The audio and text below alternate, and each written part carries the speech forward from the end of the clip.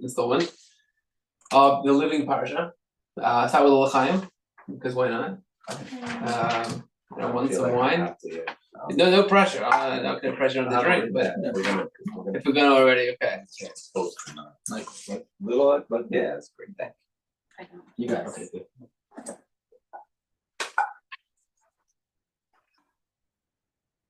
Baruch atah Adonai Eloheinu melech haolam borei peri hagafen. L'chaim. We should live with the Parsha, right? Let's go as a guess.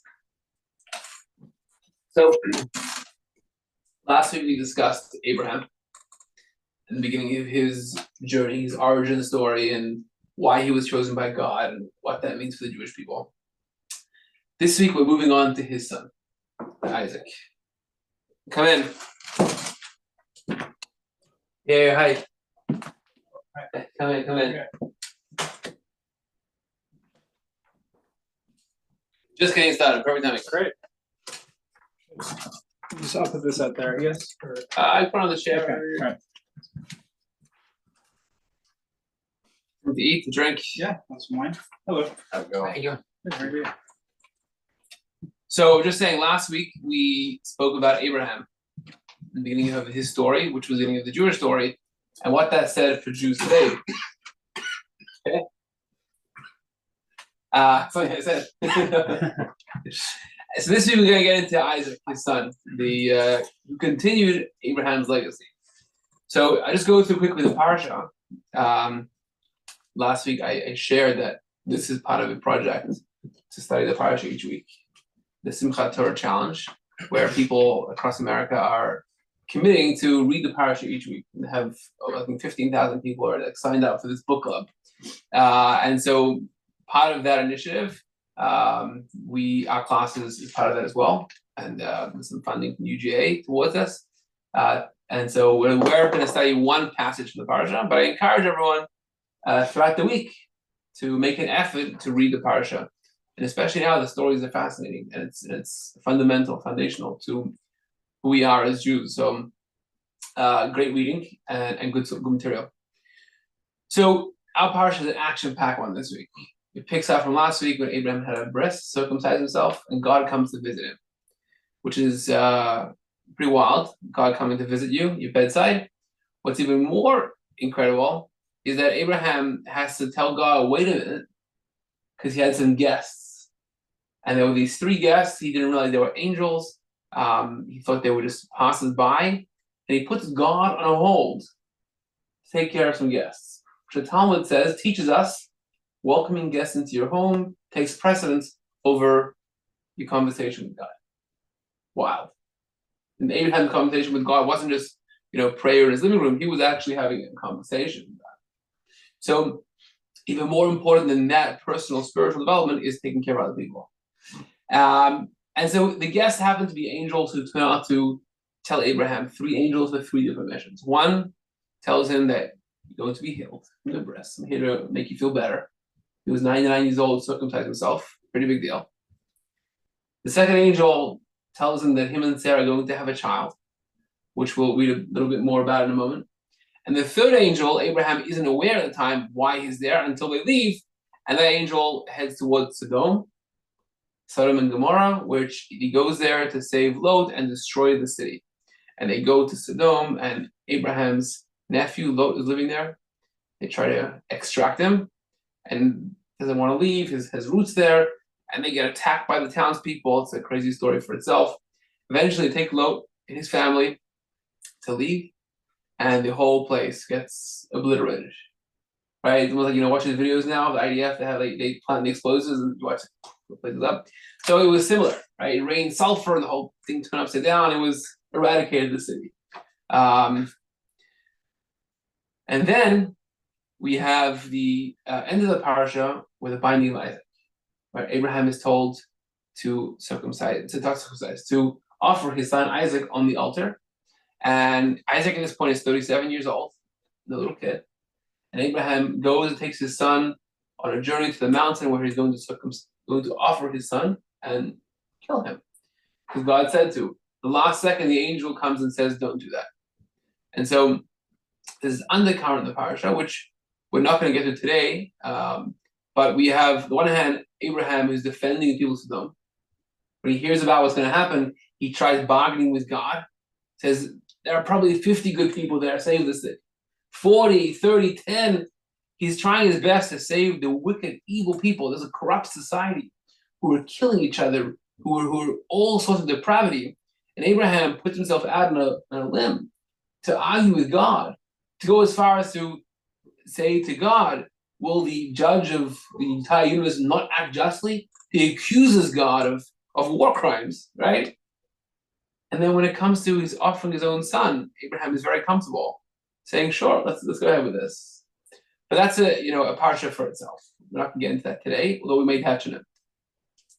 What I do want to look at is Isaac, who he was, and the story surrounding his birth, and what that can tell us about his personality versus Abraham's personality, and what it means to us today as Jews. Okay? If you have a question or something to share, please stop me and jump right in. I have so many questions, but it's not specific to this. Okay. Just about earlier in the sure. Parsha. I read the Parsha and it sort of overlaps with last week. But I guess I don't want to I'm not questioning. I'm questioning. You can question there's multiple times where Abraham offers his wife to protect himself. And then God punishes Pharaoh for accepting that. That's the first time. The second time, God speaks to Abimelech and says, I'm just letting you know what's up. Don't, because I don't want to punish you. I'm wondering why that didn't happen the first time. And where I got a little confused, I guess, after that was the idea of angels versus, it seems, at least I'm reading it on Zafaria, it's an online version, and I've read this dozens of times in my life. Then come in.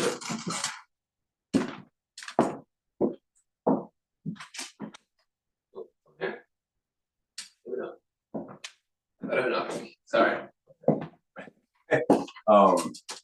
And I guess I get tripped up often, which is this idea of, is God speaking directly to Abraham? Is it the angels that are speaking? It seems at some point they'll say the angels are speaking, but then they'll refer to the angels as Adonai. Right. And so I'm getting a little confused I guess just as a storyteller in my head, am I picturing a booming voice? Is it something only Abraham is privy to hear? Is there a physical manifestation of someone speaking to him? Because at some point they speak to the same thing to Sarah, and they say, why are you laughing at me? Like this. But they say that almost as if it's Adonai himself speaking, not an angel saying, why are you laughing at God?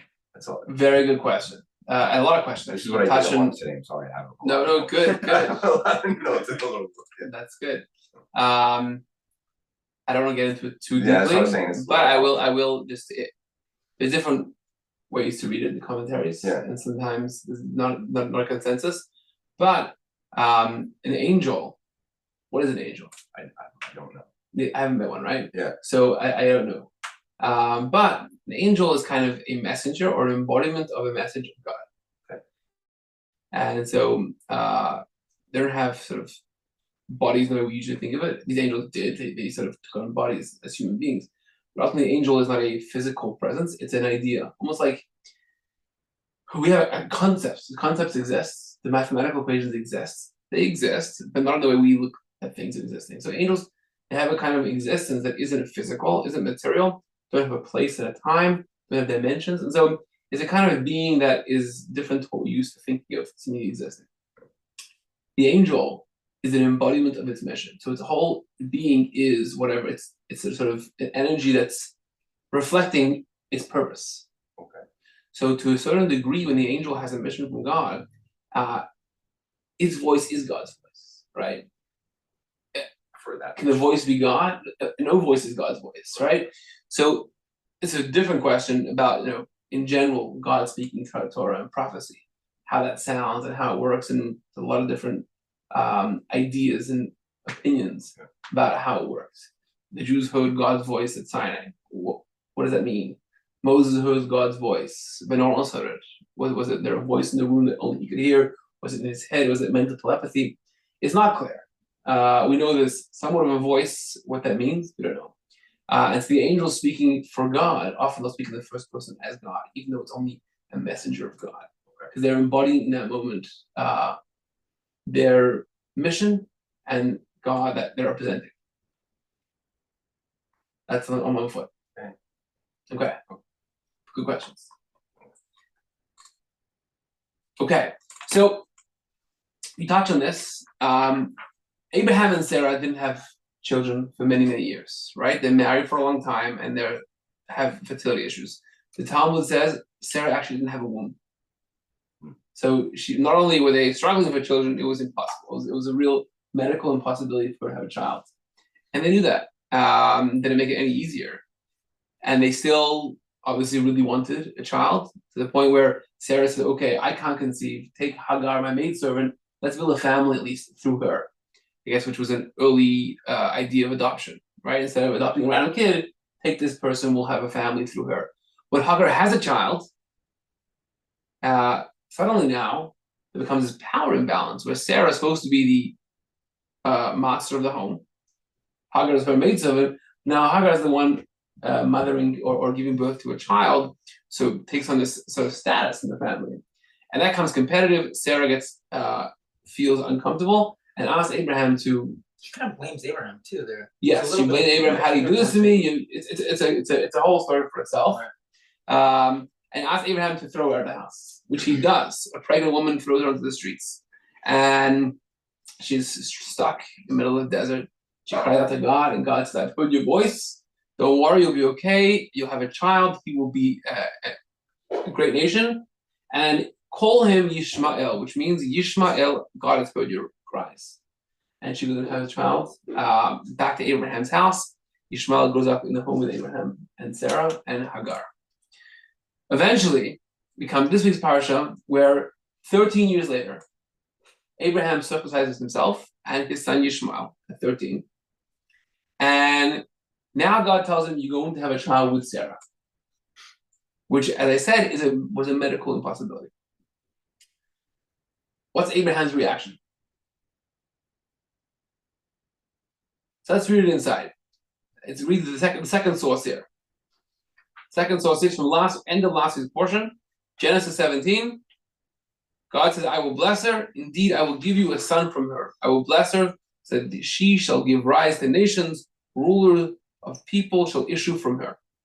Abraham threw himself on his face and laughed, and said to himself, can a child be born to a man 100 years old, or can Sarah bear a child at 90? So Abraham laughs and says, can this really be? That's the end of that little anecdote. At the beginning of this Parsha, when Sarah is told about this, she also laughs. That's the first text here. They said to him, where is your wife Sarah? And he replied, there in the tent. Then one said, I will return to you next year, and your wife Sarah shall have a son. Sarah was listening at the entrance of the tent, which was behind him. Now Abraham and Sarah were old and advancing years. Sarah had stopped having a period. She laughed at herself, saying, now that I am withered, will my skin become smooth? Besides, my husband is too old. Same thing. I'm so old, my husband's so old. This is impossible. So both Abraham and Sarah laugh and express how this is impossible. The difference is in God's reaction. To Abraham, God made no comment. He said, great, I'm going to bless you. That's it. End of story. When Sarah laughs, suddenly there's a pushback. We have in text number 3 over here, then God said to Abraham, why did Sarah laugh? Saying, shall I in truth bear a child old as I am? Is anything too wondrous for God? I will return to you at the same season next year, and Sarah shall have a son. And so Sarah gets criticized by God through the angel here for laughing. To the point where the next verse didn't have it in the paper, she has to defend herself. I didn't laugh, and she almost, gets in this defensive mood. So the first question I want to open with tonight, and this will set up the whole discussion. Why did Sarah get criticized for laughing, and Abraham got a pass?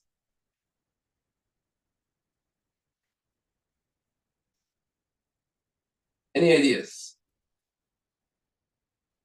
Yeah. That wasn't me raising my hand. Okay, sorry. But I'm forcing didn't you. Abraham have like a ton of faith? Like last Parsha was, he had so much faith and he'll go wherever you want him to go. He didn't ask any questions. So maybe he had some credit from that. Okay, it's a very good point. Your point is kind of a question, kind of giving an answer as well. Yeah. So suggesting that Abraham had credit, already built up credit of faith. And so here a bit of lack of faith may not been terrible, right? I don't know. Or I can ask that as a question. How can Abraham, the man of faith, laugh? Let's say this is impossible for God. I mean, I don't know why he left. So why would he laugh? That's a good question. So there's a number of commentaries tackle this and have different approaches as to were they different, why was it different. One commentary says the truth is both of them laughed in disbelief. The problem is, you think when Abraham got this message from God, he's going to have a son, that's why you should circumcise yourself now. He probably told his wife Sarah, right? This is pretty big news that you should share with your spouse. So Sarah, by this time, already knew that God had promised it. If she's laughing, means she's still in disbelief. Even after, initial reaction to laugh, all right, you can't blame you always for your initial reaction. But now it's already settled in, to laugh means you really didn't believe. So that's one possibility why she's getting criticized as opposed to Abraham. So a question on that. So you said that Sarah gets criticized. But Yeah. actually it says that God says to Abraham, why did Sarah laugh? So is God criticizing Sarah or is God criticizing Abraham? Because the comment is made to Abraham. Good point. I didn't think about this. Why doesn't God criticize Sarah directly? It says to Abraham, why did Sarah laugh? She's laughing because you don't believe it. Maybe. So maybe it's a subtle criticism of Abraham as well. Right. It's like if Sarah's laughing means that there's already an issue here, a root issue. Right. But you heard it from you, it wasn't with the proper belief. Possibly. Suggestion. So also, I don't know, like maybe the Hebrew text, it says that first Abraham threw himself on his face. Yeah. And so that's just making me think the first time he spoke to God, he threw himself in the sand. Moses does the same thing when you hear the voice of God, right? Yeah. So if I don't know what that means in Hebrew, maybe a translation meaning something different. But if he's hearing that and almost throwing himself to the ground and laughing and saying almost in disbelief, but joyous disbelief, like, is this really going to happen to me? Versus sort of laughing disbelief and scoffing at the idea, which perhaps that. Okay.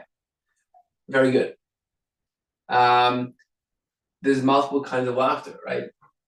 There's laughter that comes out of joy and out of incredible, overwhelming joy, where you just break out into laughter.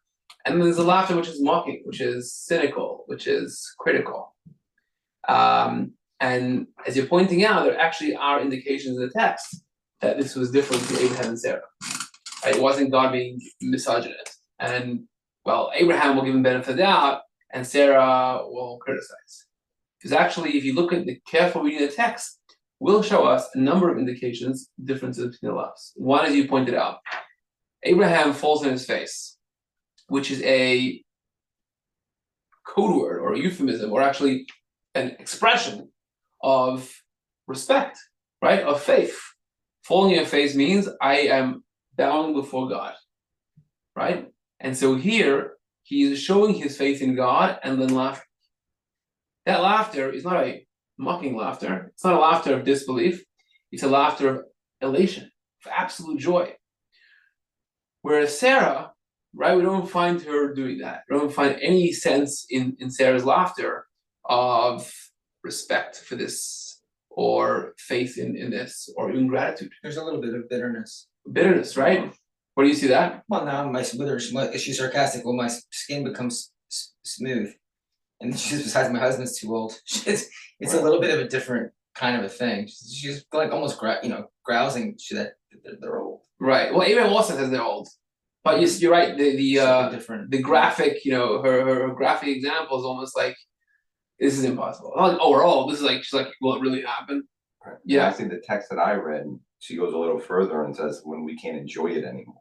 Like we're kind of withered and Yeah, so the word Edna, the third to last Hebrew word in that paragraph, here's translated skin coming smooth. Some translated as Eden, meaning joy, like God of Eden, the idea of joy and enjoyment. So there's different ways of translating this. Yeah. There's another indication which I noticed in the text. Abraham, his laughter and his statement are not connected. So he falls on his face and he laughs, and then he says it to himself, right? So he laughs and then says something. Whereas Sarah, she laughed at herself saying. So the statement she made was actually the laughter, right? Her laughter was saying, I'm too old. Whereas Abraham laughed and then said he's too old. There's disconnection. There's this separation in laughter and his statement of this disbelief, which means his laughter was out of joy, out of belief, and then I'm explaining why I'm so excited because of the disbelief. Not, I don't believe this, but I'm in disbelief. This is so shocking because we're so old. But I don't necessarily read it the same that it's necessarily a criticism. Maybe there's a different way to read the paragraph. Why did Sarah laugh, saying, shall I am chief bear, child all the time? It's not actually a criticism, it's a question. And the other thing is that it relates specifically to Sarah. Sarah will have the son. Why does so Sarah's, obviously it's both their son, but Sarah is more the agent. It's her who's going, she's gonna be pregnant, she's gonna give birth. And it's really about a paragraph about Sarah and not necessarily about Abraham. Okay. And I'm not even sure it's a criticism. So how would you read it as a criticism? Just a question, why did you laugh? Why did you laugh? Saying, no, well, it's what's it really doing is that it's noticing human doubt. It's just the limits of why is there human doubt of my wonders? She will have a son. I don't know. It's not necessarily a criticism, but it's a rhetorical question, doubting his power, I guess is the most you could say about it. Right. Well, so I would say if God commenting on someone doubting his power would be a form of criticism, or maybe not. But Abraham doesn't get that same comment, even though he also doubted almost. So Sarah's the one that's going to have. Right. Sarah's having a son, and also Abraham, remember, has a child already. Ishmael. It's not as big of a deal for him. He can have kids, right? Had a kid 10 years ago, 15 years ago, not that crazy. So for Sarah, it's more incredulous, which the text also highlights that she looked in the kirbut inside of her, right? She actually had this moment of look at her body, like wasn't this as abstract, I'm old. She's saying, look at me, this is impossible. So to her, it would have been much more impossible than to Abraham, even though both of them knew the same sort of reality on the ground, right? But it seems to be that the laughter is different, right? Or maybe not. But the way I understand it is Abraham's laughter is seen as a positive, something good. How do we know that? Because God told Abraham, then in last week's Parsha, I want you to call your son Yitzchak. Laughter. Right? Look at the Hebrew. What is the word for laughter? In the first, it's Sarah laughed at herself. But Yitzchak Sarah Bekirba. Abraham laughed. By Yitzchak, he laughed. So God tells Abraham then, when you have a child, call him Yitzchak because of your laughter. So God actually is looking at Abraham and saying, that laughter, I see it as a positive. But you said both of them use that word. Yes, use the same word. But when Abraham laughed, God says, call him Yitzchak. Sarah laughed, doesn't say right then, call your son Yitzchak. But when Yitzchak is born, I don't have the verse here on the paper. Sorry, but when Yitzchak is born, Sarah again says this is incredible joy. Everyone will laugh with me now. She says everybody will laugh with me because how excited they are at this incredible miracle, and she called her son Yitzchak. Now, did Abraham tell her that God wanted the son to be Yitzchak? We don't know. Or did she intuit on her own and there was the same name? We don't know. Possibly she knew the name's supposed to be Yitzchak, right? God said that. But we do find indication, again, there's laughter at his birth. She says, I'm bringing laughter to the world because of how much joy there is. The Midrash says it wasn't just an abstract joy, that Sarah actually had so much milk when she gave birth to Isaac that she would nurse everyone's babies who needed it. She was like a wet nurse for everyone. And so she brought joy to so many people. But the idea is that his birth, again, elicited laughter, and this laughter was enshrined in Yitzchak's name, which means to laugh. So, for some reason, Yitzchak's entire story of his birth, in the lead up to it, in the actual birth itself, is tied up with laughter, which gives him his name. Names in Jewish tradition are not accidental. Names embody the meaning of that person, of that object, so names take on a lot of significance. If it's called Yitzchak, it means his personality, his character, is somehow a character connected with laughter. One more story here of laughter in the opposite sense, and then let's try to tie it all together. The kids are growing up, Yitzchak and Yishmael, and Sarah is very nervous at Yishmael being a bad influence to his younger brother, half brother Yitzchak. And the second to last text here, Sarah saw the son whom Hagar the Egyptian had born to Abraham playing. So the word playing is translated as playing. The Hebrew is the last word of Hebrew in the first verse of the second to last text here, mitzachek. Literally laughing. Right? The same word. She saw him playing, and then Sarah says to Abraham, cast out that slave woman and her son, for the son of that slave shall not share the inheritance with my son Isaac. So the same story as 15 years earlier repeats itself, where Sarah says to Abraham, please throw out Hagar, this time with her son. They're not good influence in the home. I don't want him inheriting with my son Isaac. Here we have Abraham pushing back, saying, this is my kid. I want to throw him in the streets. But God actually sides with Sarah and says, Abraham, whatever your wife Sarah says, listen to her voice. And Abraham says, okay. And he does send them away with provisions, food, and drink. Doesn't last them very long. And the same story, Hagar is worried her son's going to die at a desert from thirst. And she can't bear to see it. She goes away from Ishmael and just under a tree and cries to God. And a miracle happens. They find water and they're saved. But again, here we have the negative, where Yitzchak is getting badly influenced by his son, by his brother Yishmael, who's mitzachek, who's laughing. So again, there's a contrast between laughter in a positive sense that Yitzchak embodies, and the laughter or the playfulness that Yishmael is engaging in. And they're in conflict with each other to the point where Sarah says this is not a healthy dynamic. We have to separate them. Does the word mitzafek appear anywhere else in this using this meaning? Because it seems like kids are laughing. It's not clear to me why that's so bad necessarily. Even if they're like fighting each other. Right. What's wrong with playing? Yeah. Good question. The Talmud and the commentaries are all bothered by what was Yishmael doing wrong to warrant. Must have been pretty bad if Sarah's throwing them out of the house and God tells Abraham, listen to this. So Rashi brings from the Talmud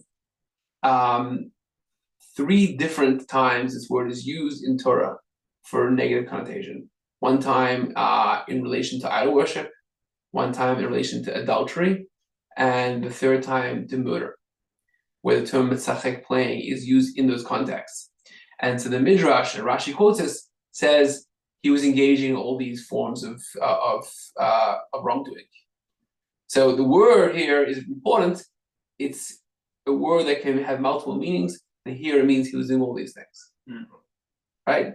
Even though it's not in the plain text, we don't have that, but that's understood in the Midrash. Russell, what was so wrong with playing, right? Kids are playing, it's great. We should kids play together. Yeah. Right? That's the dream of a parent. But it doesn't say anything about being a bad influence. It just says it's about the inheritance. Right. It feels a little more petty. Oh, good question. So what's Sarah worried about? That he's going to inherit with my son? So if she's worried about inheritance, why is it relevant that he was playing and doing these bad things? He's having a good time. He's like, So She doesn't like that he's doesn't like enjoying himself. the home. It's like no longer his home to her. She's got her own son now. This guy's just playing with stuff that she now sees as not really his. Shouldn't Right. share in that comfort. So Abraham was a wealthy man. We know that. It says he was laden with cattle, gold, and silver. So let him share the inheritance. Right? There's enough to go around. Why was Sarah so hung up on the inheritance, and to the point where she's throwing this kid out of the house? And if it was just a personal thing, she wanted her son to be set up with a nice, tuition package, a nice, college fund. Why would God agree to her? God told Abraham, Sarah's making the right choice here. Follow her. So it seems she's doing more at play than just wanting her son Isaac to be financially stable. Something Yishmael was doing wrong. But then the question is, then why mention the inheritance? If it's about the influence right now, why is it about the inheritance? Good question. So Because you're supposed to keep your wife happy. It's separate. But there's also- I gotta say, whatever, just make sure she's happy. Don't But too much. there's also right, happy, right. But there's also a it's almost she knows of the promise. The land will be yours. We're not just talking about cattle and gold, right? We're gonna make you more numerous than the stars. She's been promised that too.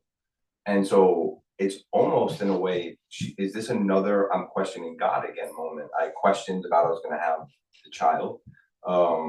And there was a little petty back and forth. I remember now, there's a little extra when God says, "Why are you laughing?" She says, "No, I wasn't." Yeah, And he goes, "Yes, you were." Yeah. Like there's a little it's almost like teenagers doing that. And then now this feels in a way again like the inheritance, will be more numerous than the stars. Is the prophecy going to follow us? Is that true? So I'm guessing here, but it almost feels like she's questioning God's promise again.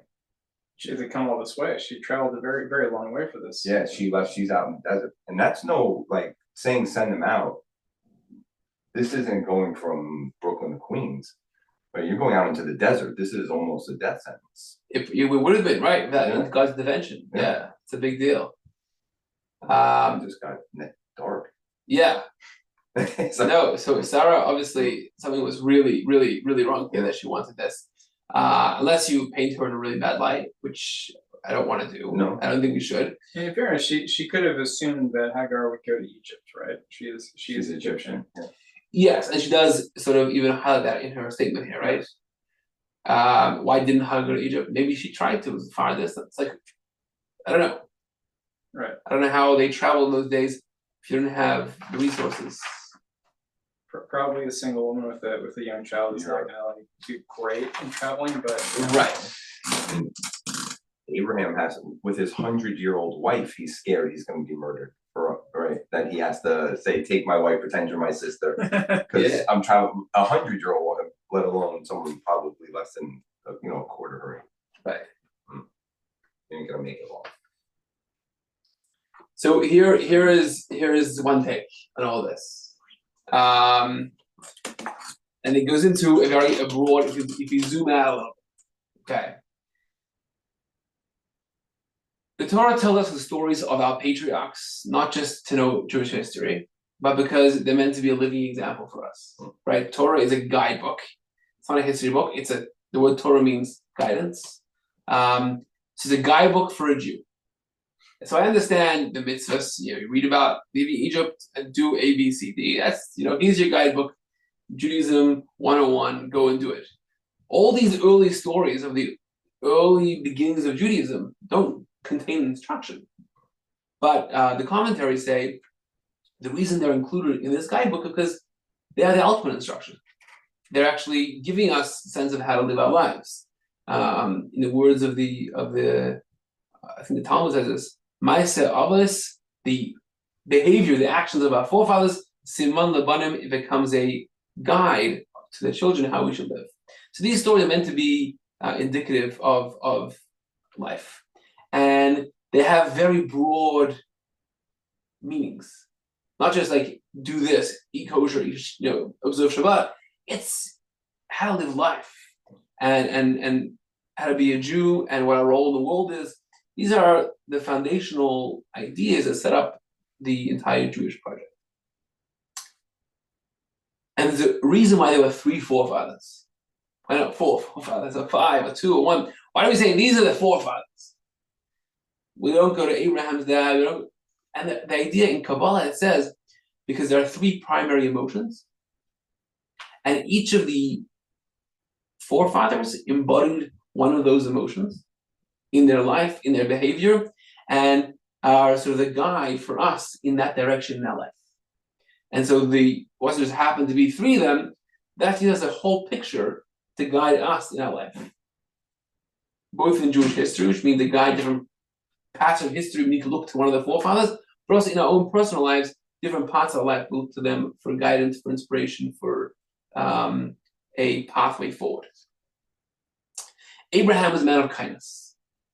We know he opened his tent to all the travelers. He was giving. He had this incredible influence on people. He discovered God and he preached out to the world. He was a giver. He was there, very approachable. You can imagine, he was very charismatic. He was someone who was just a giving person. In Kabbalah, this is referred to as the embodiment of chesed, of kindness. And kindness doesn't just mean, well, I see someone who needs help, I'll help them. Some people are looking for people to help, right? I have this itch that I want to help someone. And the personality of giving, just giving and giving. And that was Abraham. He embodied that. It's called in the verse, Abraham Ohavai, Abraham my lover. God says, the one he loved God. His way of approaching God was Abraham. It was all just giving and positive and feeling close with God and that good positive energy.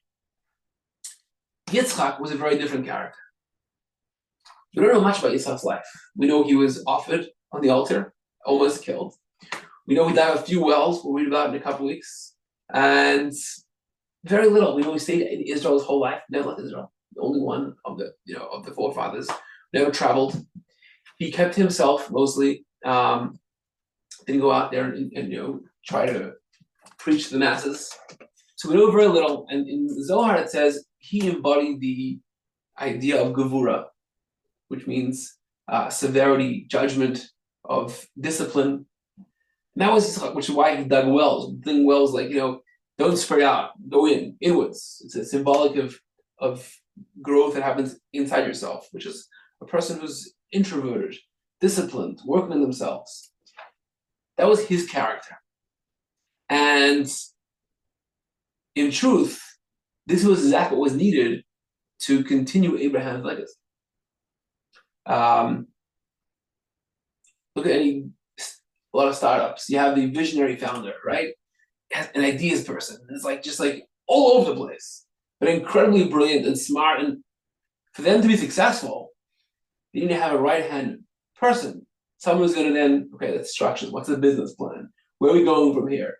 That person who's doing the math and creating a product and then limiting it and bringing it to market, right? So if you just have that expansive person, the person who just give and it's great, but it can't last. The need to then be, let's take this and let's distill it. Let's apply some discipline. Let's see what works, doesn't work, where it can go. And that partnership is the key to success. Just having a disciplined person, you're not going to have innovation. You're not going to have anything new. You're not going to have radical ideas. But radical ideas will die out very quickly. Which is why Abraham was very worried for his future, for his legacy, right? Abraham asked God, who's going to be my future? I have no kids. He had Yishmael at that point. But he knew, I'll get this in a second, Yishmael's personality wasn't the same way.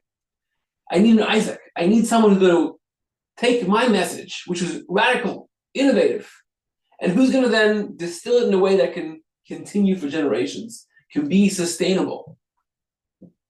And that was the character of Isaac, who embodied Gevura, discipline. Yaakov came along, Jacob, and get this in a bunch of weeks, where he was the idea of mercy, rachamim, which is somewhere between the two. In Zohar, it has this imagery of kindness being on the right, severity, din, judgment, and discipline being on the left, and then Yaakov somewhere in the middle. It's this middle thing. You've ever seen the famous, picture of the Kabbalah of the triangles, all the different sephirot, So there's the embodiment of different sides, and then the middle path. We'll probably get to that in the next few weeks and understand what Jacob was and how he lived. But he's Isaac. On the one hand, he's a person of din, of discipline, yet his entire birth is wrapped up in laughter. Laughter is joy. Laughter is an expression of a bubbling over of joy, right? Doesn't really fit Isaac's personality. So here's the idea. There's positive laughter and there's negative laughter. Laughter means that when we laugh, right? What's the secret to every comedian? There's a shock value, right? You're expecting one thing, you're telling a little joke, a little thing, and then they throw something from left field you weren't expecting, makes you laugh, right? You see a grown adult act like a child, you laugh. A child act like an adult, you laugh. You're not expecting it. So it's something which throws us off our expectations. That's laughter. That brings laughter, right? Joy comes from like the unexpected. You see sunrise, big deal. I say it every day. Laughter isn't joy though. Sorry? Laughter isn't joy. Well, laughter is, I think, an overflowing of joy often. Isn't it? So not always. Laughing at a joke is not, you're right. But I think real laughter, or these sort of, is when like something's happening where you're like bubbled over, you can't contain yourself. Right? It may be not of joy, you can't contain yourself out of a funny joke and you laugh. You're right, it's not joy, but it's something I can't contain whatever's inwards. I was shocked out of it and just escaped. Laughter escaped, right? So it is, I think, goes into that same category of something which is overwhelming me. Right? Yeah. So Abraham laughs, but that fits his character. He laughs means he's overfilled with joy. That's his. You expect him to laugh. The kind of guy that he is, when something incredible happens, he's expressing himself openly, he's laughing. Every positive trait, there's always a corruption of it, and where it comes into some negative, right? Happiness and joy is positive. It can also be a sadistic joy, which is negative. Or take kindness. Kindness is incredible. It's beautiful. But then what if you use that kindness and you spoil someone? You spoil a kid. You can ruin them, right? Or you give someone more than they can have. They can overdose on something, right? So just having unbounded kindness can also lead to corruption. Something which is, when there's no boundaries, and you give without checks and balances, that can lead to corruption. You're giving a license for people to do whatever they want. So kindness has its counterpart of laughter, which is in the negative sense. Or, in our case, cynicism is also something shocking me, but not because I'm so overjoyed, it's because I so don't believe it, right? It's just not possible. So I laugh, I like, forget about it. So it's the inverse of the laughter of Abraham, was the laughter of Sarah, right? Once they have a child, now Sarah's laughter is very different. It's not a cynical laughter anymore. She's joined Abraham's team. It's a laughter out of joy. And to that laughter, we can print onto Isaac. This is our child, which is born from Abraham, born out of this incredible, loving Abraham. And if you notice, Isaac's name is not Tzachok, laughter. Yitzchak. The yud in the Hebrew, the prefix, is a future tense. Will laugh. So Yitzchak himself is not laughing. He's leading to laughter. Some future laughter. So on the one hand, he comes from Abraham. He's surrounded by laughter, by love, by chesed, by kindness. He's a different personality. He's the Yitzchak. He is something which leads that laughter being perpetuated. He's that disciplined person that allows the laughter of Abraham to have a future, to carry forward, where there will be the real laughter, will reach our goal. Abraham's vision will be realized. Look at the last text here, it's a verse from Psalms, and it's speaking about the end of the days, Messianic era. Then our mouths will be filled with laughter, our tongues with joy, the song of joy. Then, it's speaking about our future time.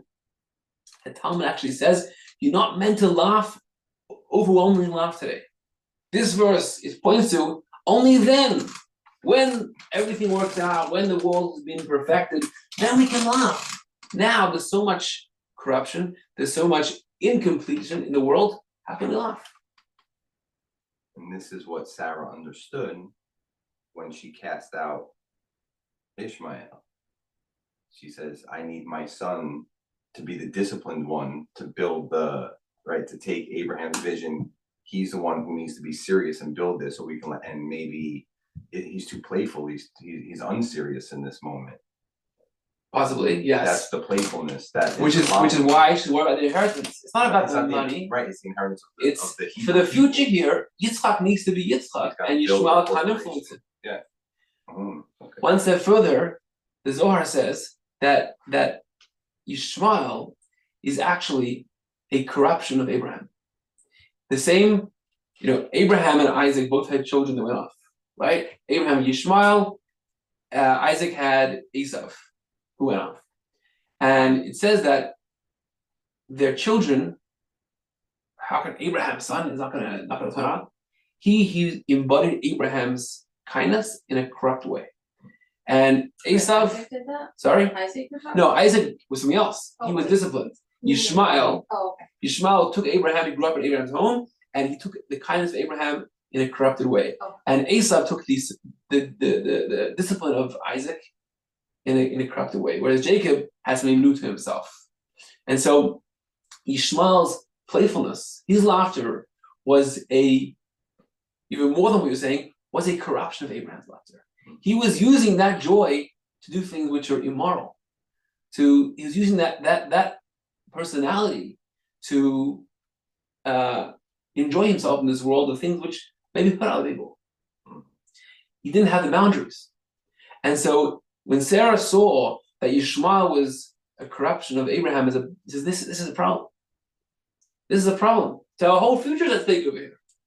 The future of our vision, the future of the Jewish people, what God promised us, is a big problem here. We need Isaac to be Isaac. And so that's why it was such a big deal. And she says, this son cannot inherit with Isaac. It can't be a partnership. It's not going to work. It has to be pure. Otherwise, there's not going to be a future for the Jewish people. In order for it to be Yitzchak, to be future laughter, right now, there can't be the misachek. There can't be the laughter, the enjoyment, the pleasure of the temporal world we're in. Right? If you're so engaged of enjoying the life right now, with whatever Ishmael was engaged in, you're never going to be able to reach a point where we find real spiritual enjoyment of the future. And so the misachek was a threat to the Yitzchak. The laughter, the joy that he was experiencing here and now was a threat to the future joy that Yitzchak was bringing to the world.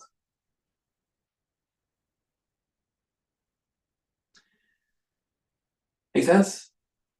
So what does that mean to us? Right? So last week we spoke about Abraham. Living with Abraham means to have faith, to have that just unbridled faith in God and to live with it. How do we embody Yitzchak? What is the character of Yitzchak? And especially the idea of laughter, the positive laughter, and the idea of discipline to bring to future laughter. And the idea is what that would mean to embody that today in our lives.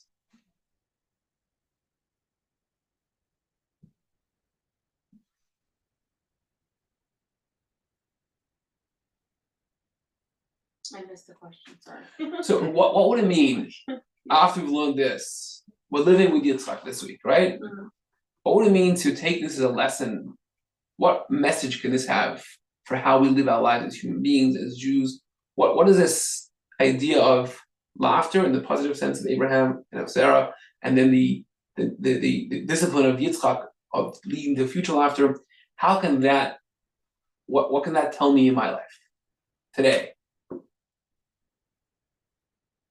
So,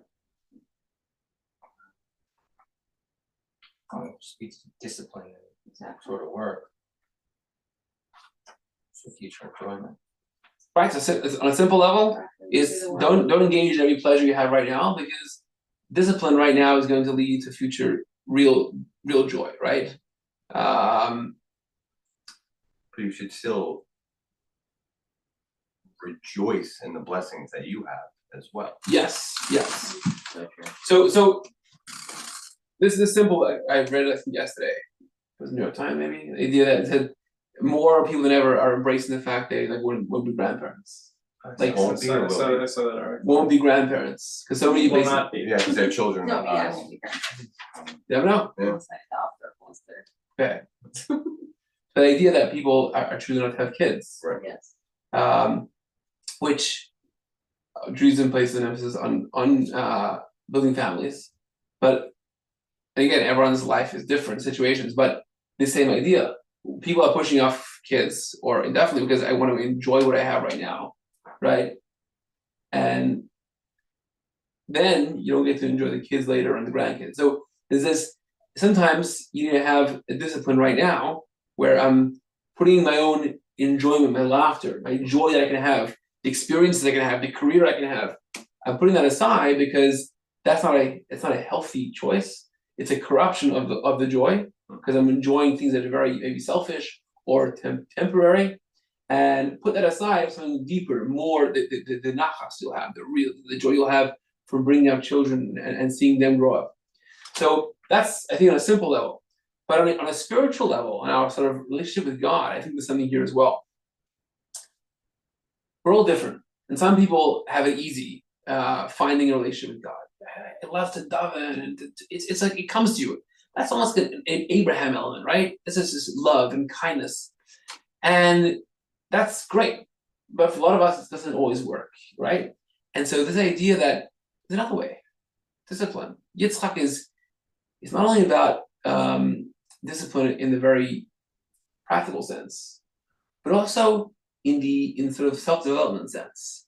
That I find God through introspection, through working on myself, through looking beyond the surface of the world, to see something deeper.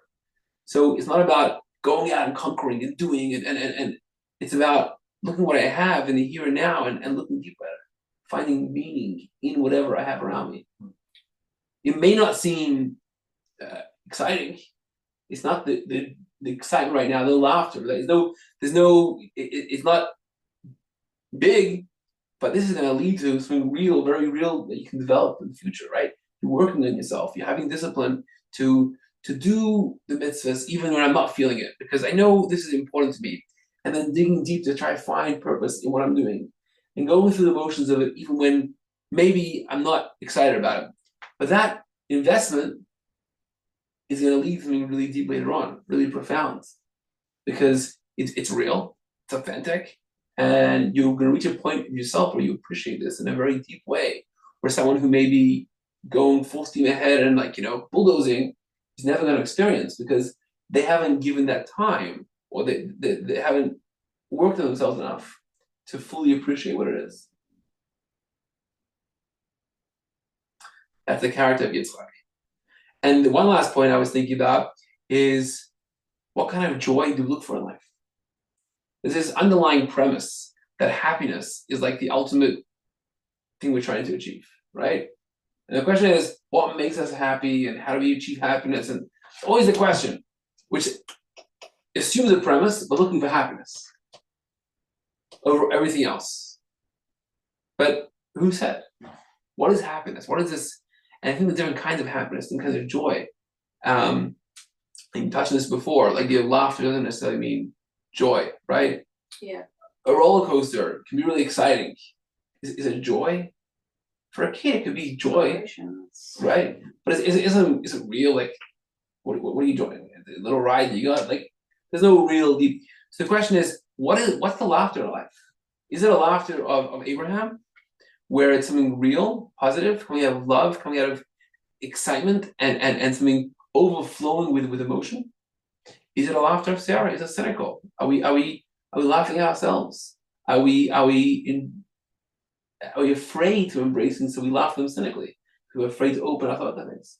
Is that laughter of your smile, where we're enjoying the wrong things? We're putting our emphasis on, or maybe the material gain, which is going to take precedence over something more spiritual, more real. We're enjoying things which are maybe not healthy for us or other people, but it's a pleasure we have, and we're finding laughter there, as opposed to things that are more real, more spiritually profound. So where is our laughter lying? What brings us joy? What's the joy we're seeking? I think it's a very, deep question to ask ourselves. And it's on some level, it's in the right now, but also in a very deep level, like, what am I really seeking in life? I go to work and I'm raising a family and I'm going about with friends. There's something driving me to do these things. What's that drive? What's the sort of joy? What's the experience, the happy experience that I'm seeking through all this? And is it in the right place? Or is it maybe a corruption of this joy? Is the joy I'm seeking maybe not the healthiest thing that I'm seeking? Is it the Yishma or the Yitzchak? And the ultimate barometer, which I'm not always tell right now, is the end of the day. What's going to lead to real joy at the end of the day? What's going to lead to the deepest experience of joy and happiness and fulfillment? Yitzchak, in the end of the day, Az Yimal Yitzchak, then we'll find laughter. That's the barometer whether guided by a joy that's healthy, spiritual, pure, or a joy that's maybe more corrupted.